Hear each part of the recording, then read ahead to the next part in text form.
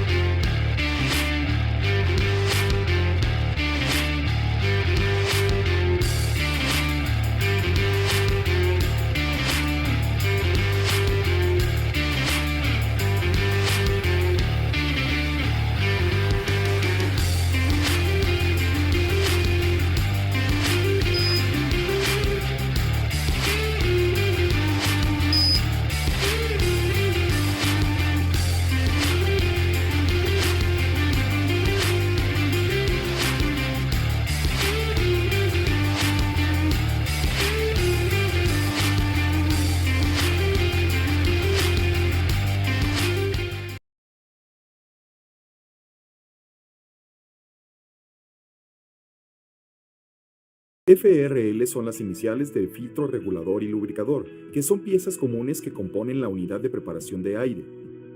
Típicamente, la primera unidad en el sistema de preparación de aire es lo que se conoce como separador de líquidos, el cual hace circular o girar el aire utilizando paletas con forma especial.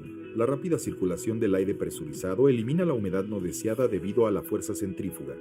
La siguiente unidad es un filtro, el cual elimina aún más las partículas y la humedad en un proceso de 2 etapas. Tal como en el separador de líquidos, una serie de paletas o aspas en el filtro circulan el aire en la primera etapa. En la segunda etapa, el aire pasa a través de una media filtrante llamada elemento con el fin de atrapar los contaminantes no deseados. Una vez que está seco y limpio, es común ajustar el nivel de presión de aire que sale del compresor. Este ajuste tiene un impacto en cuánta fuerza genera el sistema. Una presión más alta permite al actuador ejercer más fuerza, y una presión más baja genera menos fuerza. El regulador logra esto utilizando un ensamble accionado por resorte. La perilla en el regulador ajusta la fuerza del resorte de control para lograr un punto de ajuste de presión deseado. Cada vez que el nivel de presión disminuye por debajo del punto de ajuste deseado, el poppet o la válvula interna abre un camino para que la presión más alta fluya aguas abajo. Esta operación continúa hasta que la presión en el sistema alcanza la presión de ajuste del regulador. En este punto, el poppet o válvula interna se cierran hasta que haya un nuevo flujo de demanda. También es común tener un manómetro en el regulador para que el usuario pueda monitorear la presión del sistema. Finalmente, en aplicaciones específicas tales como motores de aire o herramientas neumáticas, se puede agregar un lubricador para distribuir una fina brisa de lubricante en el aire comprimido, que ayude a lubricar los componentes que siguen el flujo de aire. Para ajustar la lubricación se tiene que regular la perilla de aceite del módulo lubricador y dejar que dosifique de 1 a 5 gotas cada 1000 litros normales de aire comprimido. Esto es un estándar, pero va a depender del consumo de aire y de la lejanía desde el lubricador al punto de lubricación. Si notamos que el aceite es insuficiente, abrimos aún más la perilla y dejamos caer la gota con más frecuencia. Por el contrario, si vemos que el aceite está en exceso, debemos cerrar la perilla. Para corroborar el nivel de lubricación en el sistema, se puede colocar un papel enfrentado a los escapes de la válvula y según el consumo que tengamos en menor o mayor tiempo, el papel comenzará a humedecerse. Con este ejemplo, se puede ver a simple vista la presencia de lubricante en el sistema. Asegurar que el vaso de lubricador tenga siempre una cantidad de aceite suficiente para poder suministrar la línea. El aceite utilizado debe cumplir con las características de uso: aceite para lubricación de componentes neumáticos, grado de viscosidad BG32. No utilizar para este uso aceites para uso hidráulico con aditivos, ya que pueden deteriorar sellos.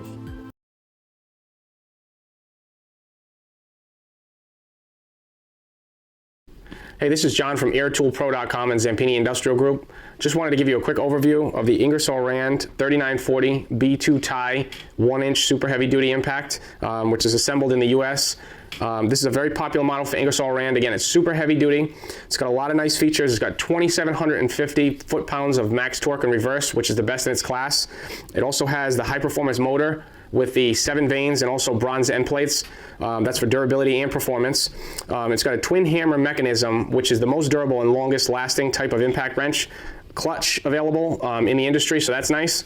You can see the trigger here is bright orange. It's got the precision feather trigger, so you can easily control how much output you're getting out of this tool just by feathering the trigger. It's got a side handle. You can flip to either side, as you can see. I didn't take the handle out of the box, but it threads in right here. There's the forward reverse switch on the bottom, real easy to use. It's bright orange, so even if you have gloves on or whatever, if it's dirty, not a problem. It's got a through-hole retainer, and the through-hole retainer ring comes in the box with the tool, so that's nice. It weighs 21.2 pounds. Again, the max torque on this is 2,750 foot-pounds in reverse, which is the best in its class. And if you want to switch the bias on the motor to have more torque in the forward setting, you can also do that easily just by following the instructions that they include in the box. Again, this is assembled in the USA. Ingersoll Rand 3940 B2 tie. For more on this, check out airtoolpro.com. Thanks.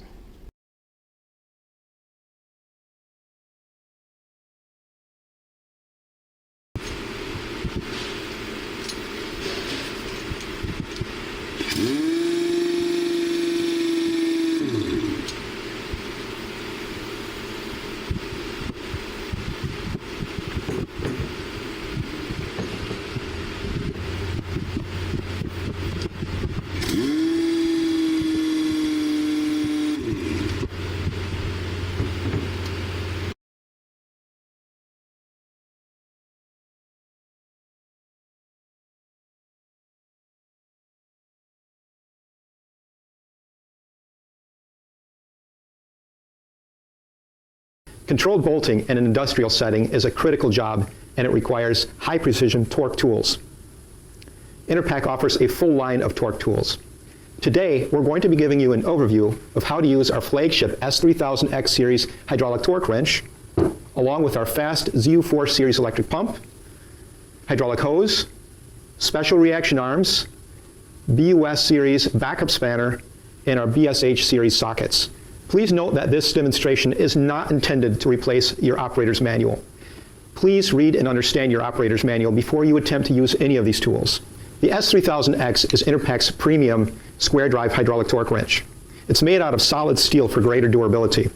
It also features a 35-degree rotation angle. That's actually a lot higher than most tools that are out there, and it allows the tool to perform faster. Over here we have a standard reaction arm, which can be rotated 360 degrees. And on this side of the tool here, we see a push-button square drive. A positioning handle allows the operator to position the tool on the application and avoid potential pinch points. We'll be powering this wrench with our high-speed ZU4 Pro Series electric pump. This pump features a digital display which shows pressure, torque, cycle count, and related information. What also makes this pump special is that it features an auto cycle mode. With that auto cycle mode engaged, the user can continually operate the wrench and the pump simply by keeping the advance button on the pendant depressed. All the system components here are designed to work together and are rated for 10,000 psi or 700 bar. Please make sure that whatever components you use are rated at minimum 10,000 psi or 700 bar.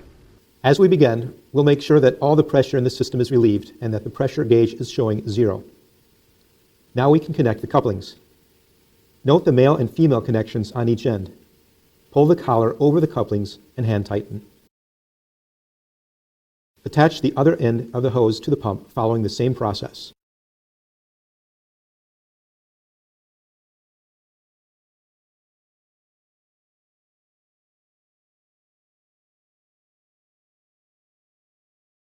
Follow the torque specifications provided by a qualified engineering team. Make sure that the wrench is set to rotate in the needed direction. The direction of turn can be adjusted by switching the position of the square drive.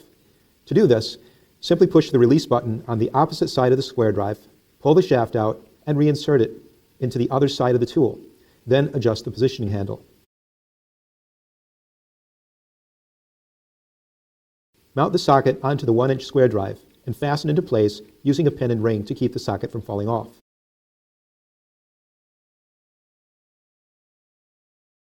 Before we use our pump, we'll first verify that we have sufficient hydraulic fluid by checking the sight glass of the reservoir and ensuring that the fluid level reaches the sight glass. Controlled bolting must be performed according to the appropriate specifications. Oftentimes, those specifications will require multiple torque passes on a flange. We'll be applying this methodology today, and for the sake of our demonstration, we'll be using 1800 Newton meters as our specified torque. For the first pass, we'll be applying 600 Newton meters, or 1/3 of that full specified torque. In our second pass, we'll apply 2/3 of that number, and in our third pass, we'll apply the full specified torque of 1800 Newton meters. We'll be applying all of these passes in a star formation, and once that is complete, we'll be doing one final pass, this time in a clockwise formation, working our way around the flange at our full specified torque of 1800 Newton meters. In manual mode, a relief valve is used to adjust the pressure to the desired torque setting. Loosen the relief valve locking nut and turn the handle counterclockwise until there is a slight drag in order to reduce pressure. To select the desired units of measurement, we will toggle through the menu options by pressing the menu button. Once we reach units, we will use the up or down arrows to toggle to Newton meters. To input our wrench, we will toggle until we reach the various wrench options. We will then use the arrows to toggle to our desired wrench, the S3000X.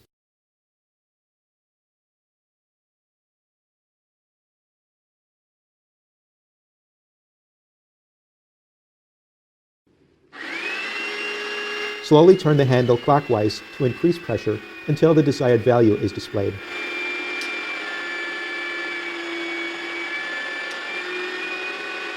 Then, tighten the locking nut at the desired value. Now that our first pass is done, we will set our pump to 2/3 of our desired torque and make a second pass. This time, we'll use the auto mode feature of our torque wrench pump. To do this, we will toggle to the auto mode with the menu button, and using the arrow buttons, turn this on. Note that although we are not setting our torque with the relief valve, we will need to set the valve high enough to allow our pump to reach the target torque.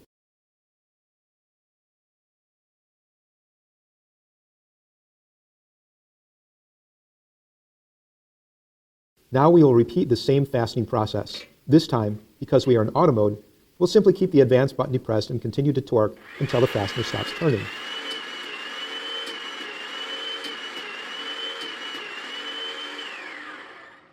With our second pass complete, we will set our pump to our full specified torque value and follow the same process to make a third pass, followed by a final pass made at the full specified torque in a circular formation.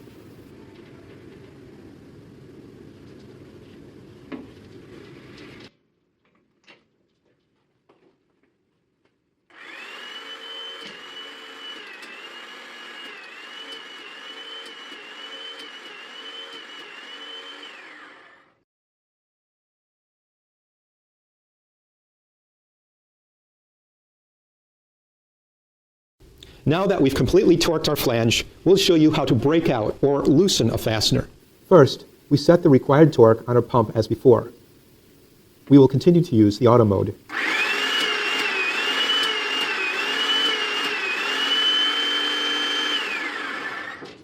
Next, we will reverse the position of the square drive shaft as well as the reaction arm.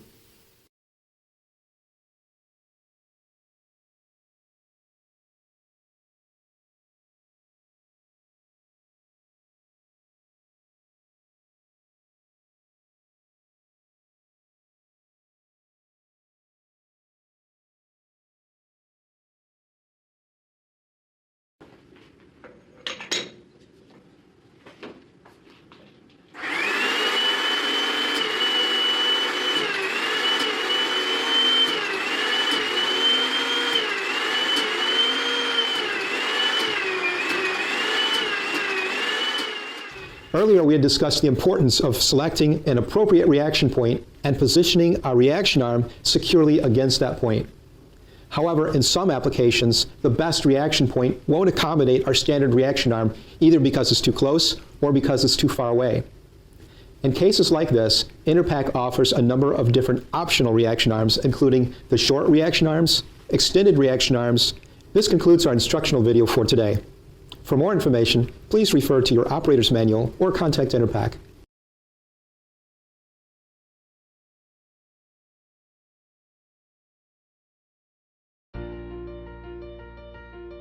This fully automated hydraulic pump is the latest industrial bolting advancement from Hecho.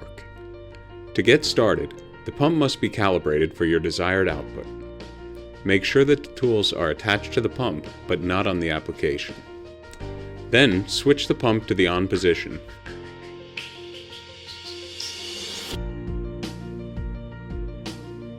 And while holding the auto button, adjust the regulator to achieve the desired pressure. Once the pressure is achieved, the auto button can be released. Next, while holding down the auto button, press and release the run button. This will start calibration mode. The controller's LED will stay red during calibration. Continue to hold the auto button until the controller's LED illuminates green. The calibration is complete. You can now install the tools on your application in the appropriate pattern according to your specifications.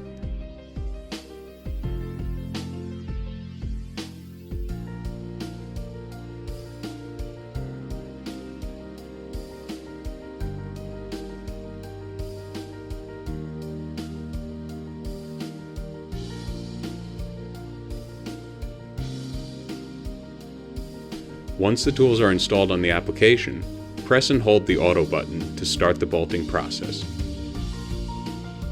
The controller's LED will flash green throughout the process.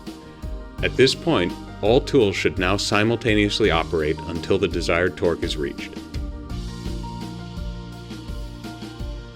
While the automatic pump can be used with traditional torquing methods, in this demonstration we are using the high torque washer for safer and more accurate bolting without the need for a reaction arm.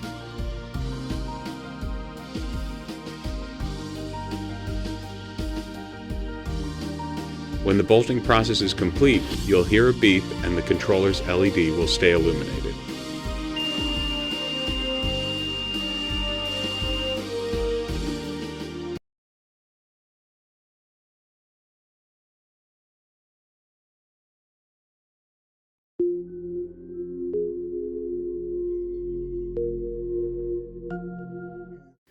Hola, ¿qué tal? Bienvenidos a nuestra sección Primeros Pasos. Comenzaremos con algunas recomendaciones en el desembalaje del equipo, así como la descripción de sus componentes. Lo primero que vamos a extraer es el controlador. El estuche tiene un compartimiento especial para almacenar la sonda y no sufra daño la fibra óptica con la que está diseñada.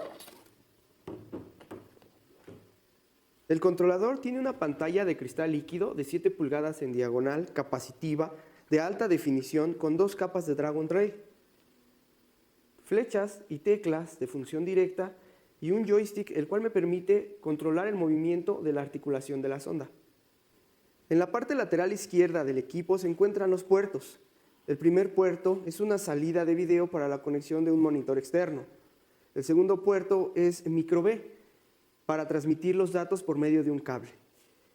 Un par de puertos USB 3.0 y cabe mencionar que internamente tenemos 2 antenas, una Wi-Fi y una Bluetooth para la comunicación. El siguiente componente que vamos a extraer es la batería. Esta tiene un indicador LED, el cual muestra el porcentaje restante de la carga. En la parte inferior tenemos el puerto de alimentación y debo mencionar que se puede recargar mientras el equipo está en uso. Lo último que extraeremos del estuche serán las puntas. Existen 4 tipos de puntas, con vista frontal y vista lateral. Todas ellas cuentan con un ángulo de visión que en definición es la parte de la escena retratada que será capturada por la cámara y el campo de visión que es la amplitud del ángulo dentro del cual el lente está en condiciones de ver el objetivo de una escena con relación a la distancia de la punta a la superficie inspeccionada. El primer tipo de puntas nos permite únicamente visualizar. El segundo tipo de puntas, además de visualizar, nos permite realizar mediciones de longitud, profundidad, punto a línea, área y multisegmento, por el principio de sombra. Este consiste en proyectar una sombra en un objetivo determinado. El procesador del equipo usa una triangulación basada en la localización de las sombras y con esto arroja las mediciones correctas. El tercer tipo es medición por estéreo. Al igual que las anteriores, podemos visualizar y obtener las mediciones que el principio de sombra. Este se genera con dos imágenes de dos diferentes ángulos para que nuevamente el procesador del equipo use una triangulación basada en esas dos imágenes, haciendo una medición y comparación de píxeles de lado a lado. Y el cuarto tipo es por medición 3D, que además de visualizar y realizar las mediciones de sombra y estéreo, permite generar una nube de puntos en 3D y un perfil de una sección transversal del área capturada. Esta se genera a partir de patrones de luz y líneas estructuradas proyectadas desde la punta a la superficie. Por último, colocaremos la batería al equipo y lo encenderemos para continuar con la configuración para la inspección.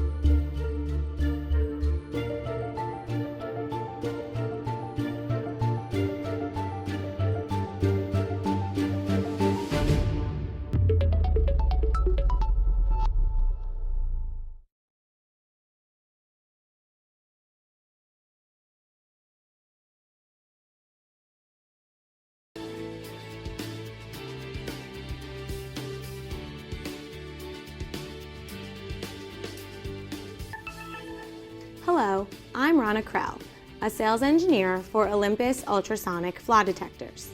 Today, we're going to discuss the EPIC 1000i and its new optional software feature, Encoded C-Scan. Encoded C-Scans allow you to map data within a gated region relative to probe position, providing a planar map of features within the test piece. A phased array encoded C-scan starts by electronically creating either a sector or linear scan at a fixed probe position. The probe is then moved along the scan axis using an encoder to track its position. Depth or amplitude data for the gated region is collected at each probe position and represented using a color scale. Encoded C-scans allow you to quickly accumulate data from a large inspection area for fast visual review of areas that need additional evaluation. During C-scan acquisition, you can view the live A-scan on screen along with the C-scan. Compressed A-scan images can be saved for all C-scan points, allowing review of single scan points as well as recreation of the sectorial or linear scan from the selected position of the scan. One common usage of encoded C-scan imaging is in weld inspection.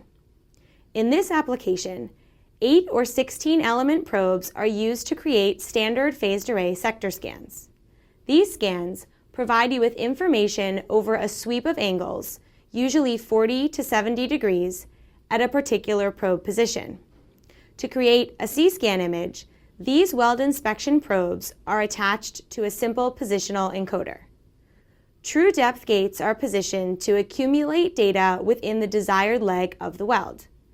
When you move the probe parallel to the weld axis, the gated amplitude data is plotted along the length of the weld at multiple angles, defined by the sector scan. This encoded C-scan capability adds an additional dimension to standard sector scans. The C-scan image allows you to determine the length of the flaw along the weld. It can also aid in differentiating between defects and geometrically induced reflections such as those that often occur from the root of the weld. Encoded C-scans are also frequently used in zero-degree flaw inspection applications. In these types of inspections, accumulating a series of linear scans create a C-scan image showing a planar view of the test piece from a gated region. This allows for a faster and more comprehensive inspection compared to simple spot checking. Once you have completed a C-scan, it can be stored in the EPIC 1000i data logger. Along with the C-scan, compressed A-scans for each C-scan point are also stored for basic visual analysis after the scan is completed. These compressed A-scans can be used to recreate the sector or linear scan from a selected slice of the C-scan for enhanced image review. The EPIC 1000i encoded C-scan option contains powerful imaging capabilities to enhance inspections for faster and easier interpretation and reporting. For more information, please visit our website at www.olympus-ims.com or contact your local sales representative.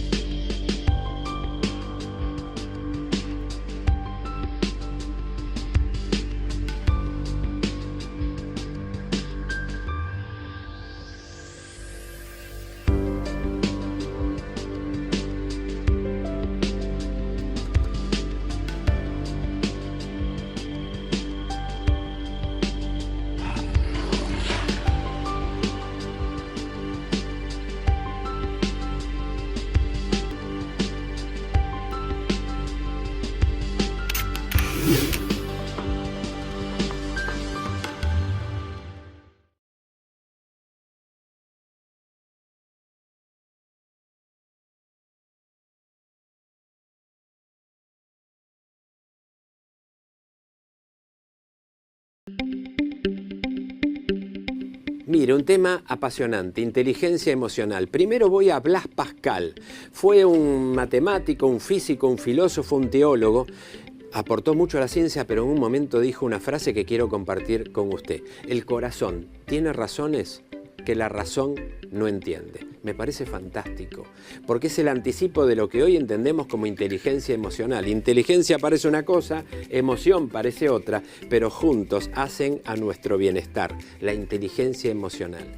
Que por definición son tres cosas que quiero compartir con usted. Primero, percibir lo que siento. Segundo, comprender lo que siento. Y tercero, regular lo que siento. ¿Qué es percibir? Ponerle etiqueta, ponerle nombre, ponerle palabra a lo que estoy sintiendo. ¿Qué estoy sintiendo? ¿Por qué estoy así? Y estoy sintiendo enojo. Póngale palabra, lo que siento es enojo. Estoy sintiendo tristeza. Melancolía, póngale palabra, tristeza o melancolía. Tiene que etiquetar lo que siente, porque si no, no lo identifica. Una frase más, cuando lo pones con palabras, lo haces tuyo. Si no identificamos lo que sentimos, seríamos analfabetos emocionales. Segundo, comprender por qué lo tengo. Comprender por qué estoy triste, saber qué contexto provoca que esté triste o melancólico, o saber qué contexto provoca que esté contento o alegre. ¿Para qué? Para conocerme y gestionar esa realidad. Y tercero, regular las emociones. Ya percibí lo que tengo, ya sé por qué lo tengo, pero ahora ¿cómo lo hago para manejar? No para controlar, no para reprimir, sino para regular, para gestionar, para tramitar, para administrar mis emociones de modo adecuado para mis intereses emocionales. Esas son las tres herramientas que debo desarrollar para tener inteligencia emocional y vivir mejor. Espero que haya resultado de interés y utilidad.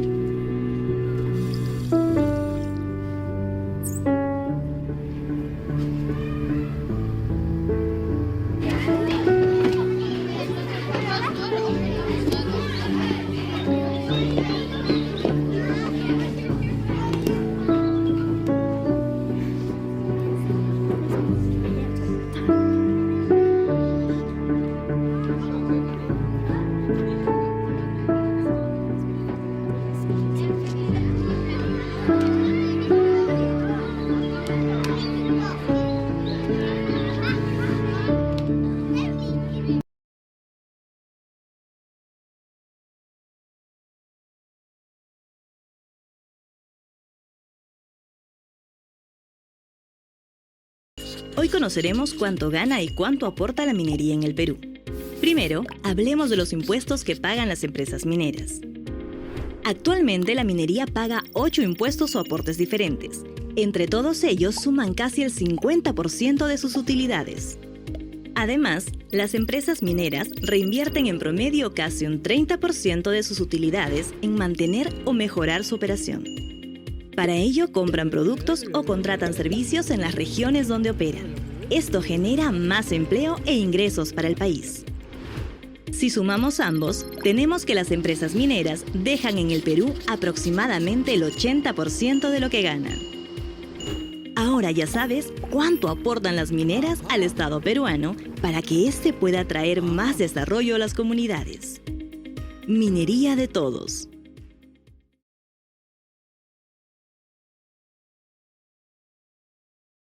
¿Qué perdemos los peruanos cuando los proyectos mineros no salen? El Perú tiene más de 40 proyectos mineros en espera a lo largo de todo el país. Juntos suman una inversión de casi 56.000 millones. Pero eso no es todo. La minería se integra con el resto de la economía y genera producción, puestos de trabajo e impuestos en otros sectores. Por ejemplo, por cada empleo minero directo se crean 8 empleos adicionales. Tomando en cuenta la integración con el resto de la economía, ¿cuál sería el impacto total de poner en marcha estos proyectos pendientes? Aparte de las inversiones que suponen, solo con su operación, el PBI corriente subiría en más de 20%, los empleos en más de 2 millones y se generarían impuestos suficientes para pagar en promedio aproximadamente 15% del presupuesto público, por lo menos por los siguientes 10 años. Y eso en adición a lo que la minería ya contribuye. La minería es una gran oportunidad que no debemos desaprovechar. Instituto Peruano de Economía.